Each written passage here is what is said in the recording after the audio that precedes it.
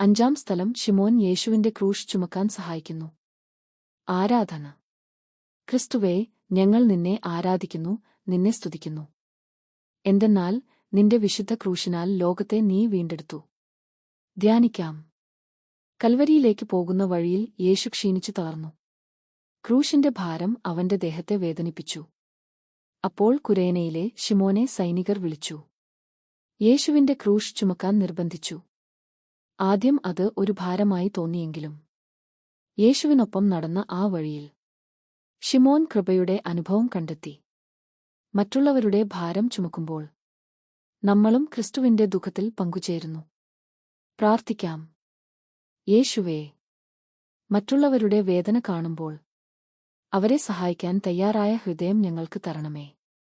ശിമോനെപ്പോലെ നിന്റെ ക്രൂശ് ചുമക്കാൻ സന്നദ്ധമായ മനസ്സ് നൽകണമേ.